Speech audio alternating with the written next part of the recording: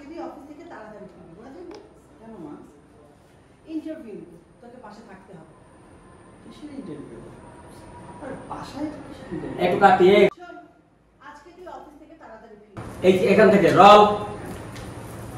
শোন, আজকে তুই অফিস থেকে তাড়াতাড়ি ফিরবি, মনে থাকবে? কেন মা? আরে ইন্টারভিউ, তোকে পাশে থাকতে হবে। কিসের ইন্টারভিউ? অফিস তো কোনো লোক নিচ্ছি।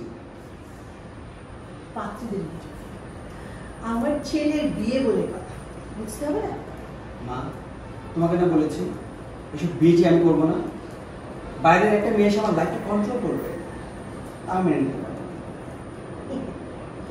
বাবা কি ভাইয়া আসতে হবে এখন। এসব বিয়ে আমি করতে পারবো না।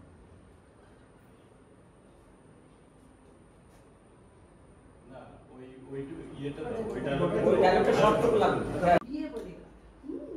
মা, তোমাকে না বলেছি এসব বিয়ে আমি করবো না। একটা বাইরের মেয়ে এসে আমার লাইফটা কন্ট্রোল করবে, তা মেনে নিতে পারবো না। এই জন্যই তো আমি তোকে এভাবে কথা বলি। সরি, এসব কথা বলি। পারস ভাই একটু লাউডলি বললে মনে ভালো হয়। রল অ্যাকশন। আমার তাড়াতাড়ি বাসায় ফিরবি।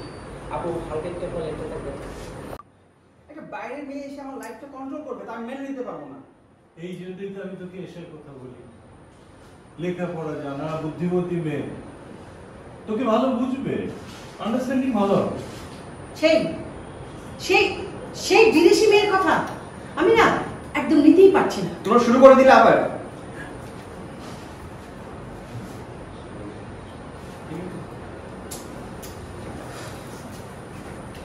এত সহজে আমি হার মানছি।